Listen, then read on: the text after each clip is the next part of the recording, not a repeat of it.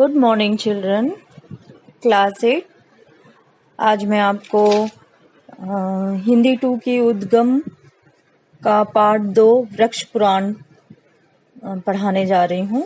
वृक्ष पुराण। तो वृक्ष तो पता है आपको, पेड़ तरु को कहते हैं, और पुराण यानी कि जो पौराणिक कथाएं जो हमारे ज्ञान संचित हैं, जिसमें हमारे लेख वगैरह रखे हैं, उसको पुराण कहा जाता है पुस्तक के रूप में। तो ये जो वृक्ष पुराण पाठ है, ये इसके बारे में हमारे यहाँ हमारी पौराणिक कथाओं में भी वृक्षों के महत्व के बारे में, कि वृक्ष जो हैं वो मानव जीवन में कितना महत्व रखते हैं। तो हमारे पुराने पौराणिक जो पुस्तकें थीं या पुराण हैं, उसमें भी इसके महत्व को उसी समय बताया गया। हमारे वेद पुराणों में भी वृक्षों के महत्व पर प्रकाश डाला गया है और उसके महत्व को बताया गया है। तो हमारे पुरानी जो एक पुराण मत्स्य पुराण है, उसमें अनेक प्रकार के वृक्ष, उनकी महिमा और महिमा के संबंध में कि वृक्षों का कितना महत्व है और सामाजिक जीवन में इन वृक्षों का कितना महत्व है, इसके बारे में जो वर्णन है वो हमारे मत्स्य पुराण में मिलता है। तो हमारी पौराणिक कथाओं में भी वृक्षों के बारे में बहुत महत्व है और उनका जिस तरह से महिमा उनकी कही गई है, यहाँ तक कि हिंदू संस्कृति में, हमारे हिंदू समाज में वृक्षों की पूजा की जाती है। तो ये वृक्षों की जो पूजा करने का जो चलन या उसको विकसित किया गया, उस परंपरा को, वो इसी दृष्टि से विकसित किया गया कि मनुष्य जो है वो वृक्षों के महत्व को समझे, पेड़ पौधों को लगाएं। और क्योंकि बिना वृक्षों के, बिना पेड़ पौधों के मनुष्य का जीवन जो है वो जीवन वहां पर नहीं रहेगा। तो हाँ, ये बात हमारे पौराणिक ग्रंथों में भी मेंशन है, लिखी हुई है। तो एक है, उसी में ही मत्स्य पुराण में ही वृक्षों की महिमा का बखान करते हुए कहा गया है कि 10 कुओं के बराबर एक बावड़ी। बावड़ी का मतलब होता है एक, जैसे कि जहां पर जल संचय किया जाता है, जल प्रबंध करके रखा जाता है, जल संचित किया जाता है। ये अक्सर सीढ़ीदार कुएं की तरह होता है और बहुत बड़ा हिस्सा तक कुआं, या यूं कहिए कि तालाब जैसा होता है। आप इसको राजस्थान के एक वहां पर जयपुर वगैरह में कई सारी बावड़ियां जो हैं बनाई गई हैं, सीढ़ी नुमा ये बावड़ी होती है। ठीक है, तो 10 कुओं के बराबर एक बावड़ी और 10 बावड़ियों के बराबर एक तालाब। तालाब भी बहुत बड़ा होता है। 10 तालाब के बराबर एक पुत्र और 10 पुत्र के बराबर एक वृक्ष होता है। तो हमारे यहाँ जो हमारे मत्स्य पुराण में जो महत्व इसका इस तरह से बढ़ाया गया है कि वृक्ष जो हैं वो 10 पुत्रों के, एक वृक्ष 10 पुत्रों के बराबर होता है। 10 कुओं के बराबर एक बावड़ी होती है, 10 बावड़ियों के बराबर एक तालाब होता है, 10 तालाब के बराबर एक पुत्र होता है और 10 पुत्रों के बराबर एक वृक्ष होता है।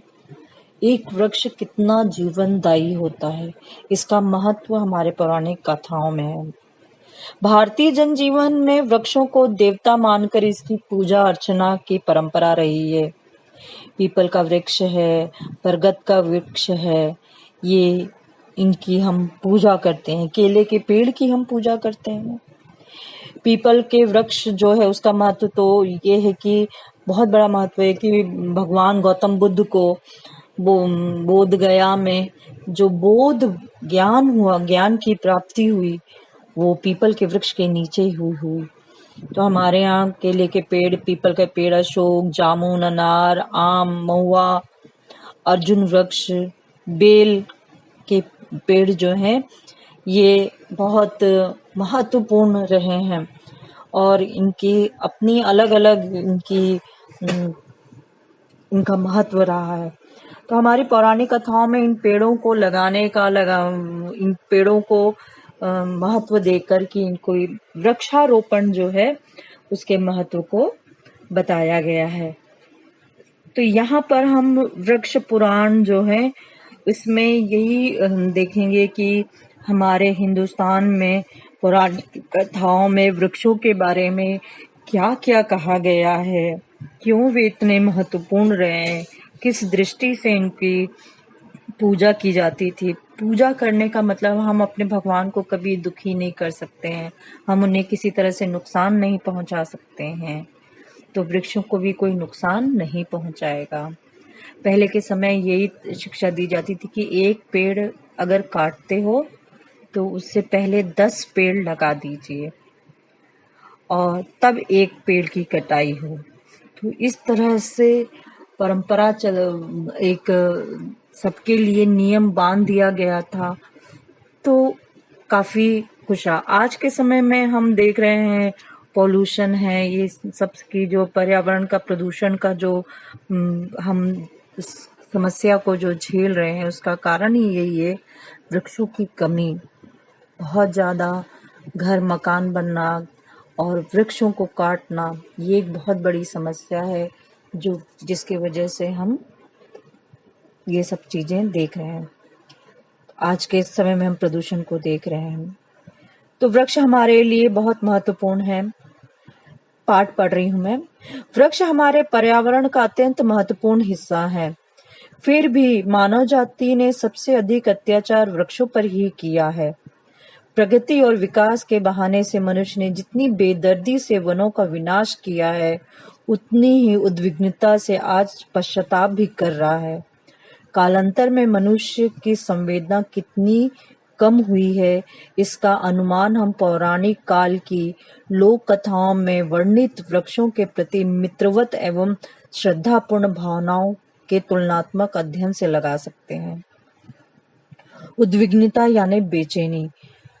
तो प्रगति और विकास के बहाने से मनुष्य ने जितनी ज्यादा विकास और प्रगति का नाम देकर जिस तरह से वृक्षों को, वनों को काटा गया है, उसका परिणाम हम देख रहे हैं और मनुष्य आज अपने कर्म पर पश्चाताप कर रहा है। कालांतर में मनुष्य की संवेदनाएं कितनी कम हुई है। कालांतर यानी पिछले कुछ वर्षों में मनुष्य की संवेदना पेड़ों के प्रति उसकी जो भावनाएं रही हैं, पेड़ पौधे फूलों या प्रकृति के प्रति उसकी जो संवेदना है वो बहुत संवेदनहीन रहा है।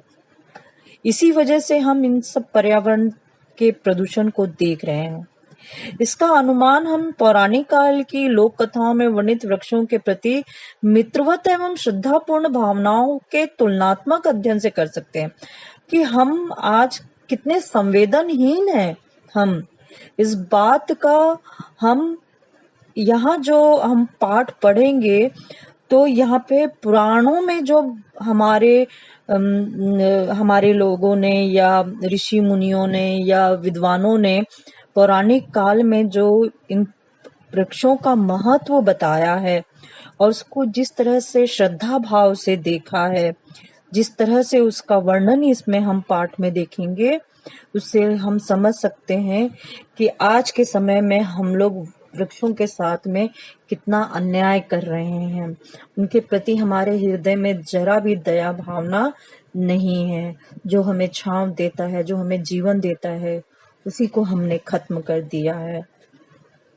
तो जब हम ये पाठ पढ़ेंगे पूरा, हर एक यहाँ पर बरगद का पेड़ है, उसके बारे में कहा गया है, आम का पेड़ है और उसके महत्व के बारे में बताया गया है। बेल का पत्र और बेल का पेड़ और जामुन का पेड़, इनके महत्व के बारे में बताया गया है कि क्या इनका महत्व है। तो जब हम ये महत्व सारे पढ़ेंगे इनके बारे में, तो हमें महसूस होगा कि वास्तव में हमने कितना अत्याचार किया है प्रकृति के साथ में, और हमारे पूर्वज जो थे उन्होंने हमें कितना सचेत किया था इस बात के लिए कि हम इनको श्रद्धा के रूप में देखें, इनके प्रति दया का भाव रखें। क्यों? क्योंकि इन्हीं से ही हमारा जीवन है। इस लेख में जाने पहचाने आसपास दिखने वाले वृक्षों के से जुड़ी मान्यताओं व कथाओं की चर्चा की गई है। हम अब हमेशा अपने जीवन में आसपास में जो पेड़ देखते हैं, उन्हीं के बारे में ये बात कही गई कि इनको क्यों महत्व दिया गया था। ये कथाएं मनोरंजक होने के साथ साथ ही वृक्षों को सजीव मानकर उनके और हमारे बीच नए रिश्तों का एक दृढ़ आधार बनाएंगे। ये जो हमने पेड़ों के वृक्षों के संदर्भ में जो अपने आप को संवेदनहीन बना दिया है, और सोचते हैं कि ये जमीन भी जो है इसको भी हम घर बना लें, इसको किराए पे उठा दें, और वहां पे वो वृक्ष था अच्छा सा, उस वृक्ष को काट कर वहां पे उसको एक पैसा कमाने का जरिया बना लेना चाहा हमने, ये छोटी सी दुकान वहां खोल लेना चाहा कि हमारा। लेकिन हम इसीलिए इतने संवेदनहीन हो गए हैं जिसकी वजह से हम आज ये सारी समस्याएं देख रहे हैं। और आज जो हम अंदर अपने ही घरों में लॉकडाउन हुए पड़े हुए हैं, ये सब चीजें उसी हमारी संवेदनहीनता का ही एक स्वरूप है, एक रूप है, एक हिस्सा है। कोरोना वायरस तो एक कोरोना या कोविड-19 तो एक बहाना है। वास्तव में हमने प्रकृति के साथ में बहुत अत्याचार किया है, और बस कहते थे कि हम इसको सुधारेंगे, लेकिन सुधारने की तरफ हमने कोई कारगर कदम नहीं उठा रहे थे। प्रकृति ने अपने लिए खुद रास्ता निकाल लिया। तो अगला जो ऑडियो मैं आपको भेजूंगी उसमें हमारे राष्ट्रीय वृक्ष बरगद जो है उसके बारे में आपको हम चर्चा करेंगे। आम का पेड़ है, बेल का पेड़ है, और जामुन का भी वृक्ष है। तो अगले पार्ट में मैं आपको इसके बारे में बताऊंगी। तब तक आप इस पाठ को पढ़ने का और इसको समझने का प्रयत्न करिए। बाय।